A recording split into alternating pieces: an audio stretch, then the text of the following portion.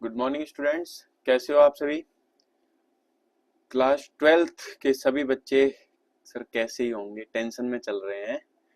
तो देखो अब टेंशन खत्म हो जाएगी। क्यों? क्योंकि आज मैं आपको बताऊंगा। देखो एक फिजिक्स के अंदर ना बेटा एक बहुत बड़ा इंपॉर्टेंट रोल है डेरिवेशन का। क्योंकि डेरिवेशन एक ऐसा पार्ट है ना बच्चे, जो केवल और केवल आपके अलग से 3 नंबर में नहीं आता, बल्कि इस पर बेस्ड आपको न्यूमेरिकल्स भी मिलते हैं। और फिजिक्स बिना न्यूमेरिकल के तो मजा ही नहीं आएगा। तो न्यूमेरिकल्स भी आपके डेरिवेशनल रिजल्ट पर आते हैं। फॉर एग्जांपल आपके बोल देगा डाइपोल मूवमेंट निकालिए, ठीक है। आपको बोल दिया जाएगा दो डाइपोल की वजह से कितना इलेक्ट्रिक फील्ड क्रिएट हो रहा है, वो वैल्यू निकालिए इक्वेटोरियल पर, एक्सियल पर। तो ये सारा का सारा डेरिवेशन से रिजल्ट है। लेकिन सर फिजिक्स में तो बहुत सारी डेरिवेशन है, कितनी कर लें। हमारे पास सर टाइम नहीं बचा है सर, दिसंबर आ गया, अब तक कुछ नहीं पढ़ पाए हम, सही से प्रैक्टिस ही नहीं कर पाए। तो बच्चे देखो, अभी आज अगर मैं मान के चलूं, अभी दिसंबर आपके पास है और जनवरी आपके पास है। 2 महीने देखो, ऐसा कोई काम नहीं है बेटा जो आप नहीं कर सकते हो। ऐसा कोई भी काम नहीं है, ऐसा कुछ नहीं है जो आप ना कर सकते हो, ठीक है बेटा। लेकिन उसके लिए क्या करना पड़ेगा, बस आपको डेडिकेशन के साथ ये 2 महीने एकदम पूरी तरीके से इसी काम में लगाने पड़ेंगे, केवल पढ़ाई और पढ़ाई। और इन 2 महीने में आपको विश्वास दिलाता हूं बेटा, मैं आपके साथ लगातार कांटेक्ट में रहूंगा और हमेशा आपको चैनल पर ऐसी ऐसी वीडियोस दूंगा कि जिसे कर लिया तो, अगर मैं मान के चलो 70 में से अब तक आपने कुछ भी नहीं पढ़ा, फेल होने का कगार है, तो भी आप 50 तक तो खींच ही दोगे आराम से, ठीक है बेटा। 50 तक तो आराम से आप खींच दोगे मार्क्स को, ठीक है। तो चलिए शुरू करते हैं। आज का जो हमारा सेशन है, वो सेशन है बेटा क्लास ट्वेल्थ की मोस्ट इंपोर्टेंट डेरिवेशन के ऊपर। क्लास ट्वेल्थ की जो इंपोर्टेंट डेरिवेशंस हैं, उनके ऊपर आज हम कवर करेंगे। जो भी हमारे फिजिक्स में मोस्ट इंपोर्टेंट, मोस्ट मतलब जिन्हें छोड़ नहीं सकते आप, इनको तो लेफ्ट करना। और एक एक डेरिवेशन को एक एक वीडियो में हम बहुत जल्दी कवर करेंगे। नेक्स्ट वीडियो में इसी के ऊपर डालूंगा कि डेरिवेशन को सॉल्व कैसे करें, कैसे समझें उस चीज को। तो चलिए बिना किसी देरी के स्टार्ट करते हैं। ओके, तो ये आ गया हमारा पहला यूनिट। अगर मैं बात करूं फिजिक्स क्लास ट्वेल्थ में लगभग 7 से 8 यूनिट हैं जिनमें डेरिवेशंस आपको पढ़नी है। तो जो पहली यूनिट है बेटा आपकी, वो है इलेक्ट्रोस्टैटिक। जो यूनिट 1 है बेटा इलेक्ट्रोस्टैटिक, इसमें 2 चैप्टर शामिल है, चैप्टर 1 और chapter 2। Electric charge and field वाला चैप्टर जो है, और इलेक्ट्रोस्टैटिक पोटेंशियल एंड कैपेसिटेंस वाला। तो कूलाम्स लॉ तो आसान है, ये पढ़ लेना। गॉस थ्योरम जो है, गॉस थ्योरम क्या कहते हैं कि इलेक्ट्रिक फील्ड का कैलकुलेशन करना हो, जितनी भी उसकी एप्लीकेशन है, चाहे फिर वो इन्फिनाइट प्लेन शीट वाला हो, ठीक है। इन्फिनाइट प्लेन शीट होती है जिसमें आपके चार्जेस इसको डिस्ट्रीब्यूशन करते हो सरफेस चार्ज बाय डेंसिटी लगाकर, ठीक है। या डाइपोल के जैसे जो इक्वेटोरियल लाइन पर इलेक्ट्रिक फील्ड, ये तो बहुत इंपॉर्टेंट है, प्रीवियसली काफी बार पूछी जा चुकी है डेरिवेशन, ठीक है। इलेक्ट्रिक डाइपोल को तो भूल के ही मिस कर नहीं करना है, जिसमें आपके जो इलेक्ट्रिक फील्ड की इक्वेशंस आती है, एक आती है 2kp/r³, एक में आती है बेटा kp/r³। इस तरीके की जो डेरिवेशंस हैं जिसमें आप एक्सियल और इक्वेटोरियल पर कैलकुलेट करते हो बेटा, ये दोनों इंपॉर्टेंट है। नेक्स्ट जो डेरिवेशन बेटा आपको करनी है, वो यूनिफॉर्म चार्ज स्फेरिकल शेल के वेरियस पॉइंट पर कितनी इलेक्ट्रिक फील्ड रहती है। इसमें एक और पॉइंट आप ऐड कर लेंगे कि किसी क्लोज्ड सरफेस की वजह से क्या इलेक्ट्रिक फील्ड होगी। उसके बाद जो कैपेसिटेंस, अब यहां से आ जाते हैं चैप्टर 2। ये आ गया चैप्टर 2। इसमें पैरेलल प्लेट कैपेसिटर डाइलेक्ट्रिक के साथ किस तरीके से बिहेव करता है, क्या कैपेसिटेंस बढ़ता है, क्यों बढ़ता है, ये सारा।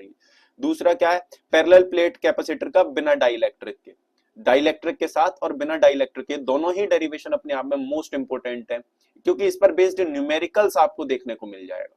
इस पर एक न्यूमेरिकल आपको देखने को मिल सकता है। नेक्स्ट है इलेक्ट्रिक फील्ड पोटेंशियल जो है किसी पॉइंट चार्ज का, जो आपका वर्क डन वाला फॉर्मूले से जो निकालते हो आप इंटीग्रेट करके, वो वाली जो डेरिवेशन है, ये भी एक आपस में इंपॉर्टेंट है। तो ये आपके चैप्टर 1 और चैप्टर 2 की कंबाइंड डेरिवेशन हैं जो आपको पढ़नी है, जो आपको समझनी है। आइए चलते हैं नेक्स्ट पर। Unit number 2। यूनिट 2 बेटा चैप्टर 3 से बिलोंग करती है। जो यूनिट 2 है बेटा आपकी चैप्टर 3 करंट इलेक्ट्रिसिटी वाले चैप्टर से है। और इसमें बच्चे जो गॉस थ्योरम है, जो इलेक्ट्रिक फील्ड इंटेंसिटी, ये वाला नहीं, ये तो आपका चैप्टर 1 का लिख गया है, चैप्टर 1 में ये आपको ये रिलेशन बिटवीन करंट और ड्रिफ्ट वेलोसिटी, भैया इसे छोड़ के भी मत जाना, भूल कर भी मत छोड़ना, कुछ भी हो जाए।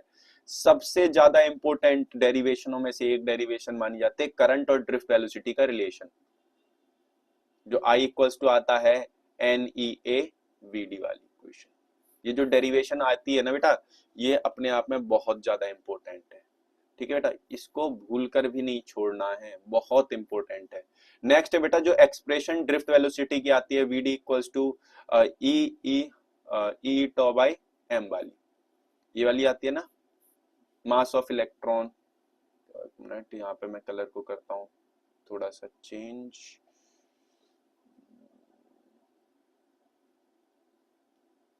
जो ये वाली डेरिवेशन है ये बहुत इंपॉर्टेंट डेरिवेशन है, ठीक है, क्योंकि इस डेरिवेशन का यूज कर कर आप रेजिस्टिविटी को फाइंड आउट करते हो। ठीक है, इसके बाद ये एक बार 10th में जो आपने पढ़ा था सीरीज और पैरेलल वाला कंसेप्ट, ये भी पढ़ लेना, ये इंपॉर्टेंट हो सकता है। चलो बेटा अगले पे आ जाओ। नेक्स्ट यूनिट है बेटा आपकी magnetic effect of current and magnetism. That means बेटा हम बात कर रहे हैं चैप्टर 4 और 5 की। भैया 4 चैप्टर को तो पूरी फिजिक्स में जितनी डेरिवेशन नहीं है आपके 12th में, उससे उतनी डेरिवेशन, मतलब ये मान के चलो 4th चैप्टर बहुत इंपॉर्टेंट चैप्टर है फिजिक्स का।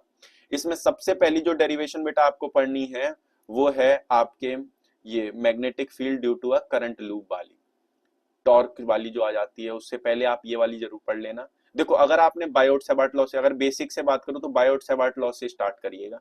बायोट-सावर्ट लॉ आपने पढ़ना है। साइक्लोट्रॉन इस बार कट गया है तो ये प्रीवियस ईयर में दे रखा है 2018-17 वाले में, तो ये अब हट चुका है, इसको नहीं पढ़ना है भैया, ये छोड़ के भी मत जाना। पैरेलल प्लेट करंट वाला है, इस पर एक न्यूमेरिकल 3 नंबर में पूछ लेता है, कई बार पूछा है कि भाई 2 वायर हैं तो 2 वायर में एक में करंट अप साइड जा रहा है, एक में डाउन साइड जा रहा है, दोनों के बीच का सेपरेशन बोल रहे हैं, बोले भैया फोर्स निकालो, कितना एक वायर दूसरे वायर पे फोर्स लगा रहा है, F12 निकालो, F21 निकालो। काफी क्वेश्चन इस पर बेस्ड आपको देखने को मिल जाए। दूसरा है torque on a magnetic dipole. Dipole की वजह, डाइपोल मैग्नेटिक डाइपोल यानी कि बार मैग्नेट की बात कर रहा है ये। अगर मैं यूनिफॉर्म इलेक्ट्रिक फील्ड में रखूं तो कितना टॉर्क उसके ऊपर लगता है वो बताना है। Current loop as magnetic dipole. Magnetic dipole क्या होता है? I into A, current into में एरिया वाला जो मैग्नेटिक मूवमेंट आता है dipole, magnetic dipole movement, current into में एरिया, ये वाला एम्पियर मीटर स्क्वायर इसकी यूनिट होती है जो। ठीक है, ये इंपॉर्टेंट है अपने आप में। यूनिफॉर्म मैग्नेटिक फील्ड के अंदर करंट कैरिंग कंडक्टर के ऊपर कितना फोर्स लगता है, दैट मींस ये मोटर की बात कर रहा है। मोटर, मोटर 10th में आपने पढ़ी होगी मोटर के बारे में प्रिंसिपल वगैरह, तो उस पर कितना फोर्स लगता है वो फोर्स निकालना आपको आना चाहिए, अपने आप में इंपॉर्टेंट है। और यूनिफॉर्म मैग्नेटिक और इलेक्ट्रिक फील्ड दोनों ही केसेस में इंपॉर्टेंट है चार्ज के लिए। कई बार आपको इस तरीके से डायग्राम दे देगा कि भाई यहाँ पर एक नॉर्थ पोल रखा हुआ है, यहाँ एक साउथ पोल है, यहाँ पर क्या है बेटा एक साउथ पोल है। ठीक है, इधर क्या भैया एक साउथ पोल है, इसके अंदर से मैं एक इलेक्ट्रॉन को घुमा रहा हूँ। ठीक है, एक इलेक्ट्रॉन को पास किया जा रहा है, तो बताइए इस इलेक्ट्रॉन के डायरेक्शन में क्या इफेक्ट आएगा, क्या चेंजेस आएंगे, तो ये सारी चीजें इसमें इंपॉर्टेंट है। चलिए अगले, इसके बाद आ जाइए चैप्टर नंबर 6 और चैप्टर नंबर 7 पर। यहां से न्यूमेरिकल तो कंफर्म एक न्यूमेरिकल फिक्स है, एक न्यूमेरिकल तो फिक्स है और एक डेरिवेशन भी यहाँ से फिक्स है। डेरिवेशन सेल्फ और म्यूचुअल इंडक्टेंस अपने आप में इंपॉर्टेंट होते हैं। सेल्फ इंडक्टेंस ये वाला, और म्यूचुअल इंडक्टेंस जिसमें आप 2 कॉइल्स के बीच का निकालते हो। ठीक है, ईएमएफ रॉड की वजह से, जिसे आप मोशनल ईएमएफ भी बोल सकते हो, यहाँ पर मोशनल ईएमएफ की जो डेरिवेशन है बीबीएल वाली, बीबीएल ये वाली जो डेरिवेशन है ये अपने आप में इंपॉर्टेंट है। उसके बाद ये दोनों तो चैप्टर 6 की बात हो गई। अगर चैप्टर 7 की बात करो तो ये तीनों टॉपिक चैप्टर 7 से छोड़ने ही नहीं है। पहला इंपीडेंस क्या होता है, जेड कैसे निकाला जाता है, अंडर रूट में R square plus XC minus XL का होल स्क्वायर एलसीआर सर्किट के अंदर। ये आया कैसे बेटा आपके पास, ये रिजल्ट आता कहां से है, क्योंकि इस पर न्यूमेरिकल बनेगा, 100% बनेगा इस पर एक न्यूमेरिकल, बिल्कुल गारंटेड। दूसरा बेटा रिएक्टेंस, रिएक्टेंस क्या होता है, ठीक है, जिसमें आपका हो जाता है कैपेसिटिव रिएक्टेंस, इंडक्टिव रिएक्टेंस। एक होता है कैपेसिटिव रिएक्टेंस, एक होता है इंडक्टिव रिएक्टेंस, दोनों को पढ़ेंगे। ये भी पढ़ लेना बेटा इसमें कि फ्रीक्वेंसी पर क्या इफेक्ट पड़ेगा। अगर मैं फ्रीक्वेंसी बढ़ाऊं करंट की, तो फ्रीक्वेंसी बढ़ाने पर किसका रिएक्टेंस बढ़ता है, किसका रिएक्टेंस घट रहा है, किसका रिएक्टेंस बढ़ रहा है, तो ये दोनों बातें ना आपको पढ़नी है।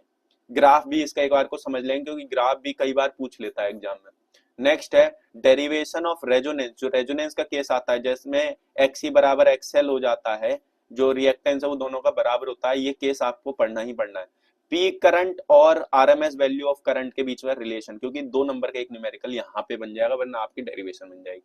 तो ये चैप्टर से देखो न्यूमेरिकल बेस्ड क्वेश्चन यहाँ से ज्यादा बनेंगे, न्यूमेरिकल बेस्ड क्वेश्चन जो है ज्यादा बन सकते हैं। ठीक है, तो इसे भूल गए भी, इस चैप्टर को मिस नहीं करना है। जो जो ये टॉपिक है इनको तो गलती से भी नहीं छोड़ना है बेटा। चलो बच्चे आगे बढ़ते हैं। ईएम वेव में बस एक छोटी मैक्सवेल वाली जो इक्वेशन है डिस्प्लेसमेंट करंट की वो पढ़ लेना, दैट्स इट। ठीक है, नेक्स्ट आ जाइए ऑप्टिक्स, यूनिट 6। ऑप्टिक्स मतलब चैप्टर नंबर, मैं बात कर रहा हूँ बेटा आपके किस चैप्टर की मैं बात कर रहा हूँ, आपके चैप्टर नंबर जो आपका 9 है और चैप्टर नंबर 10 की। इन दोनों चैप्टरों की अगर मैं बात करूं तो इसमें लेंस का फॉर्मूला हो गया, कॉन्वेक्स सरफेस का जो रिफ्रैक्शन होता है वो कैसे होता है, इसकी जो डेरिवेशन है, लेंस मेकर फॉर्मूला भैया 1/f वाला जो है 1/f इक्वल्स टू n-1, क्या है n-1 n, एक मिनट क्या हो गया इसमें,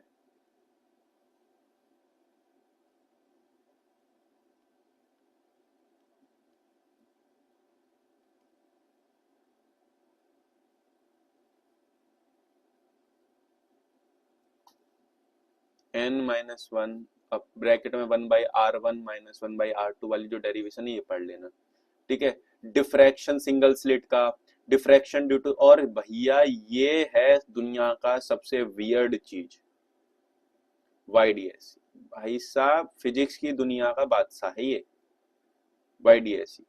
ठीक है, मतलब बहुत खतरनाक चीज होती है ये। अभी तो नहीं लग रहा है लेकिन जब आप ग्रेजुएशन में जाओगे या फिर पोस्ट ग्रेजुएशन में तब मजा आ जाएगा इसे करने। बहुत वियर्ड एक्सपेरिमेंट है YDS। ठीक है, तो यंग्स डबल स्लिट एक्सपेरिमेंट की भैया डेरिवेशन भी पढ़ना और इस पर न्यूमेरिकल आने के चांस बहुत ज्यादा है भैया, न्यूमेरिकल आने के बहुत ज्यादा चांस है YDSE पर, तो भूल के भी नहीं छोड़ना क्योंकि जब जेई वाले दे सकते हैं, जेई में दिया जाता है, ये काफी इंपॉर्टेंट है। मतलब जो angle of minimum deviation prism का डेरिवेशन है वो पढ़ लेना, ये अपने आप में बहुत ज्यादा इंपॉर्टेंट चीजें हैं। ठीक है, इन्हें कर लेना। चलिए अगले पर आ जाइए, नेक्स्ट की बात करते हैं। तो नेक्स्ट है बेटा आपका यूनिट 7। यूनिट 7 की अगर बात करूं तो इसमें dual nature of radiation and matter, मतलब चैप्टर नंबर 11।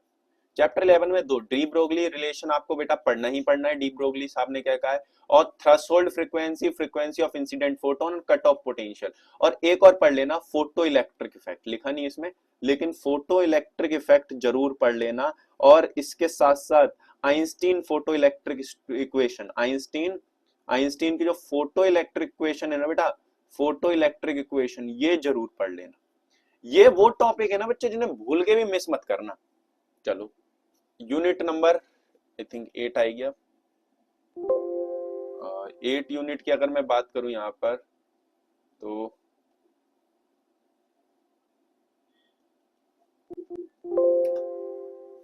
यूनिट 8 की बात करते हैं। तो यूनिट 8 में एक n इक्वल्स टू न्यूक्लियाई से चैप्टर से, न्यूक्लियस चैप्टर में मिल जाएगा आपको, न्यूक्लियस में।